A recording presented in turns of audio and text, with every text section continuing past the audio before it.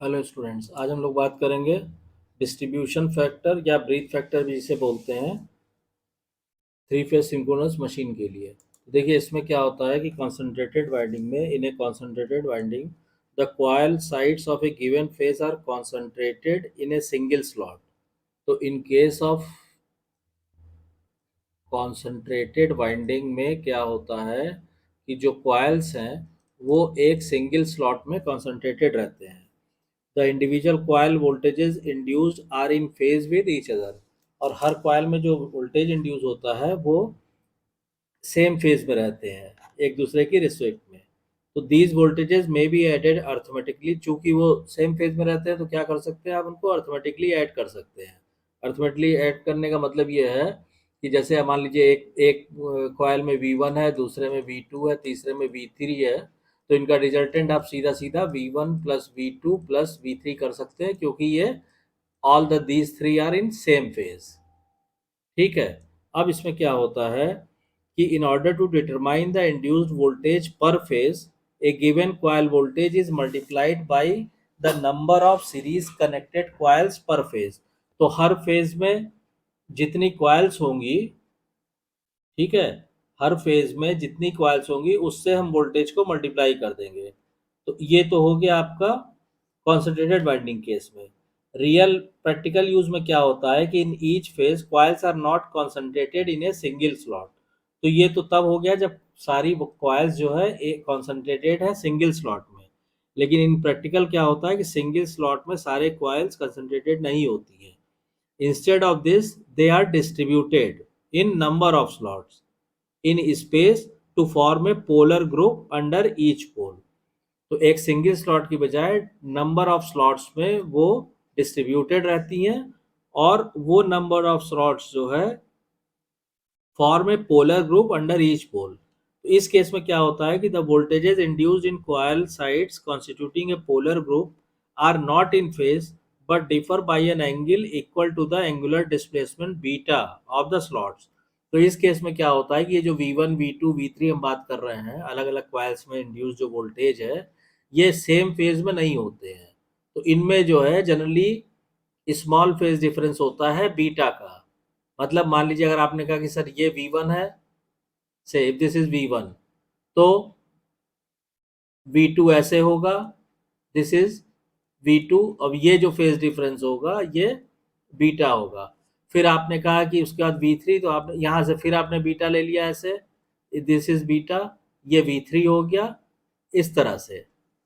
ठीक है। तो ये फेज डिफरेंस रहता है। अब बात आती है कि डिस्ट्रीब्यूशन फैक्टर क्या होता है, जो आज का हमारा टॉपिक है कि डिस्ट्रीब्यूशन फैक्टर। तो या इसी को ब्रेथ फैक्टर भी बोलते हैं, it is also called breadth factor. ठीक है। ये क्या होता है कि द डिस्ट्रीब्यूशन फैक्टर और breadth factor is defined as the ratio of the actual voltage obtain to the possible voltage if all the coils of a polar group were concentrated in a single slot। यानी distribution factor जो है, distribution factor, तो जो distribution factor है K D, that is equal to phasor sum of coil voltage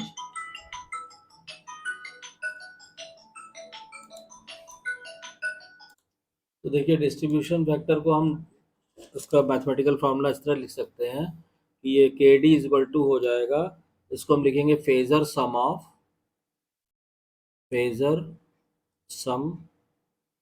of coil voltages per phase. ठीक है, ये हो गया। और डिवाइडेड बाई ये हो जाएगा आपका arithmetic sum of coil voltages. तो अर्थमेटिक सम तब हम ले रहे हैं जब वो सेम फेज में होंगे, यानी सिंगल स्लॉट में जो है सब कंसंट्रेटेड होंगे। तो ये हो जाएगा arithmetic sum of coil voltages per phase. ठीक है। तो इससे क्या होगा, इससे हम डिस्ट्रीब्यूशन फैक्टर जो है कैलकुलेट कर सकते हैं। अब मान लीजिए इसमें हमने फॉर्मूला लिया, जैसे एम हमने मान लिया, let m is the slots per pole per phase. M is the number of slots per pole और पर फेज। ये अगर मान लीजिए हम एम मान लें तो क्या होगा कि स्लॉट्स पर फेज बिल्ट। ठीक है, तो m इक्वल टू क्या हो जाएगा, m इक्वल टू हो जाएगा, m इक्वल टू आपका आ गया m स्लॉट्स डिवाइडेड बाई, यहाँ हो जाएगा पोल्स इनटू, ये पोल्स हो गया, इनटू फेजेस, ये हो जाएगा। अब इसमें क्या होगा कि एंगुलर बीटा जो है क्या है, angular displacement between adjacent slots in electrical degrees. तो बीटा क्या है, बीटा है एंगुलर डिस्प्लेसमेंट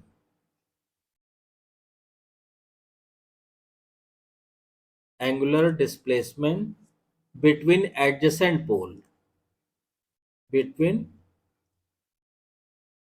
एडजेसेंट पोल नहीं, स्लॉट्स इन इलेक्ट्रिकल डिग्री,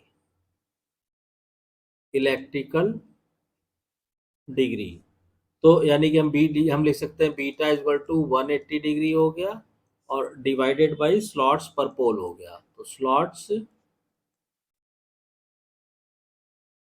पर पोल ये आ गया। तो पोल्स ऊपर चला जाएगा तो ये हो जाएगा 180 degree into poles divided by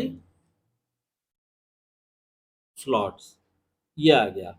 अब इसमें क्या होगा, इसका मतलब क्या हुआ कि वन, इसका मतलब ये हुआ कि one phase of the winding consist of coils arrange in m consecutive slots. Voltages EC1, EC2, EC3 are the individual coil voltage.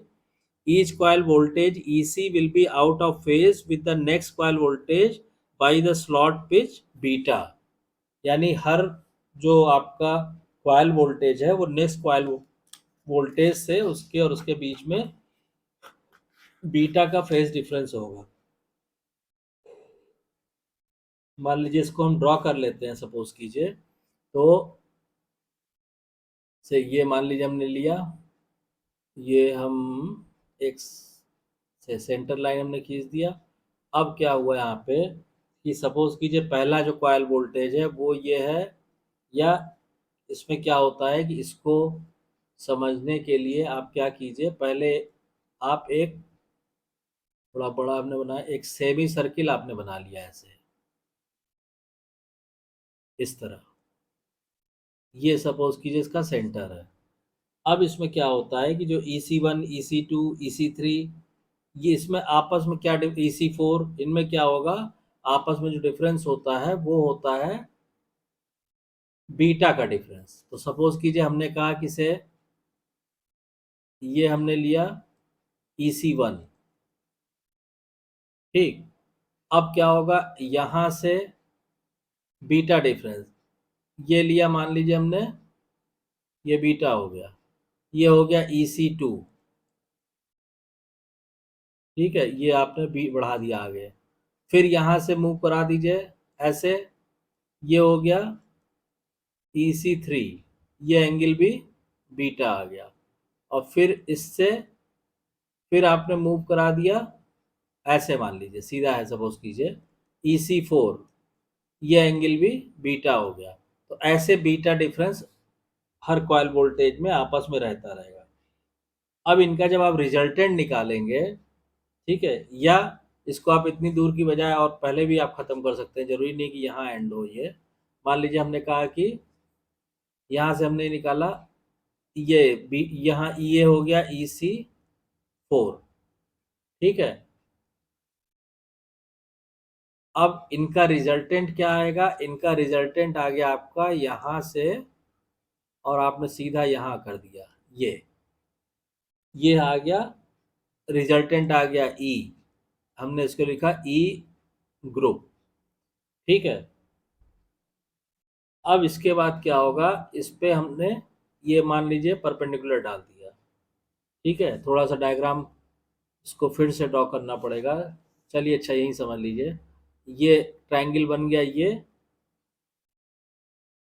एक यहाँ से हमने लिया, ये हो गया ओ जी, ये हो गया ओ, यहाँ से हमने इसको पहले वाले वोल्टेज जहाँ एंड हो रहा वहाँ कनेक्ट किया, और इससे इस पे परपेंडिकुलर डाल दिया ये। ठीक, तो ये सपोज कीजिए ए, ये हो गया बी, ये हो गया पॉइंट सी, ये हो गया पॉइंट डी, और ये हो गया पॉइंट ई। क्लियर? तो यहां से जितना भी एंगल मूव करेगा, टोटल कितना मूवमेंट हुआ इसका, टोटल मूवमेंट हो गया यहां से, यहां से और यहां तक ये जो मूवमेंट होगा, ये एंगल हो जाएगा एम इंटू बीटा, क्योंकि एम स्लॉट्स है वहां पे। ठीक, ये जो आपने परपेंडिकुलर से इसको ब्रेक कर दिया है, तो ये जो एंगल होगा ये वाला, ठीक है, ये एंगल हो जाएगा एम बीटा बाई 2। ठीक, और ये जितना मूव कर रहा है ये एंगल हुआ आपका कितना, ये एंगल हुआ बीटा, और ये वाला एंगल हो गया बीटा बाई 2। ठीक, तो ये डिफरेंट जो है, आपने डिफरेंट कॉइल वोल्टेजेस को ड्रॉ कर दिया है। तो अब इसमें क्या है कि the voltages EC1, EC2, EC3 and EC4 are represented by different phasor AB, BC, CD और AB, BC, CD और DE। ठीक है, अब इसमें क्या होगा कि ईच ऑफ दीज फेजर, ठीक है, या ई से तो हम वोल्टेज दिखा रहे हैं, तो इसको ई की बजाय आप एफ भी कर सकते हैं। ठीक, तो डिफरेंट जो वोल्टेज हो गए हमारे EC1, EC2, EC3, EC4, ये किससे रिप्रेजेंट हो रहा है, ये रिप्रेजेंट हो रहा है AB, BC, CD और DF फैक्टर से, इससे रिप्रेजेंट हो रहे हैं। ठीक, अब इसमें क्या होगा कि each of these phasors is a chord of a circle with centre O and subtends an angle beta at O। Clear? The phasor sum AF representing the resultant winding voltage subtends an angle M beta at the center। तो arithmetic sum of individual voltage कितना हो गया, arithmetic sum of individual coil voltage, individual coil voltage, voltages, ये कितना आ जाएगा, ये आ जाएगा आपका m टाइम्स ऑफ EC, यानी एक तरह से m इंटू AB, यानी m into 2 times of AM, 2 times of AM आ गया आपका। m क्या है, m ये पॉइंट है, दिस इज m, ऐसे समझ लीजिए, ये ज्योमेट्री के फॉर्मूले से 2 टाइम्स ऑफ AM आ गया।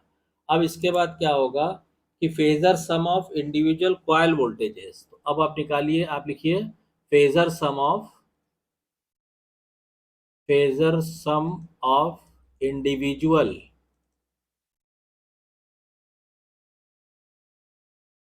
कॉइल वोल्टेजेस, ये कितना आएगा, ये इज इक्वल टू आएगा AF, और AF को हम क्या लिख सकते हैं, 2 टाइम्स ऑफ AG। अब AG में आपका G पॉइंट कौन सा है, तो इस ग्राफ में शायद अभी हमने नहीं ड्रॉ किया, इसको ड्रॉ कर लीजिए। हाँ, ये लिखा हुआ, ये दिस इज G, तो ये हो जाएगा आपका 2 टाइम्स ऑफ AG, और AG की वैल्यू हम क्या लिख सकते हैं, ये हम लिख सकते हैं 2 times of OA sine AOG।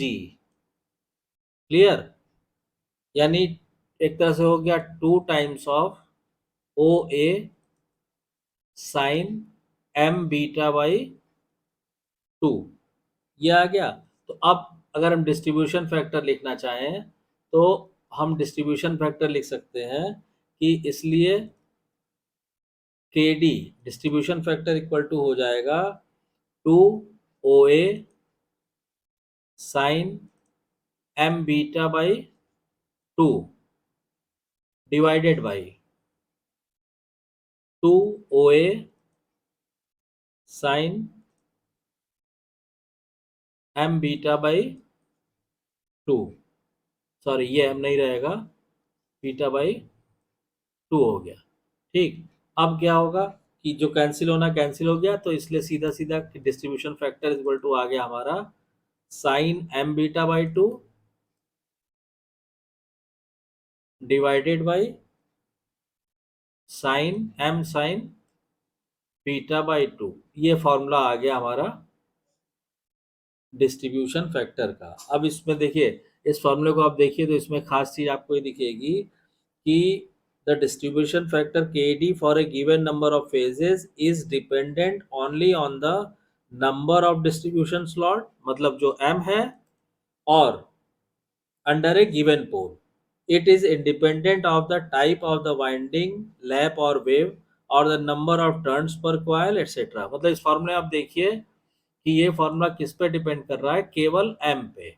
और m क्या है हमारा, m है number of distributed slots under a given pole. तो इसीलिए क्या होता है कि as the number of slots per pole increases, जैसे जैसे m इंक्रीज करेगा डिस्ट्रीब्यूशन फैक्टर के डी क्या होगा, डिक्रीज करेगा। तो आई होप आपको ये क्लियर हो गया होगा। अगर कोई चीज़ नहीं क्लियर है, डाउट्स कंफ्यूजन कुछ भी है, तो आप प्लीज़ कमेंट लाइन में कमेंट कीजिए। और अगर वीडियो पसंद आ रहा है तो प्लीज़ वीडियो को शेयर कीजिए, लाइक कीजिए, चैनल को सब्सक्राइब जरूर कीजिए, और सब्सक्राइब करने के बाद नोटिफिकेशन बेल को ऑन कर दीजिए ताकि नेक्स्ट वीडियो की इन्फॉर्मेशन आपको मिल जाए। Thank you.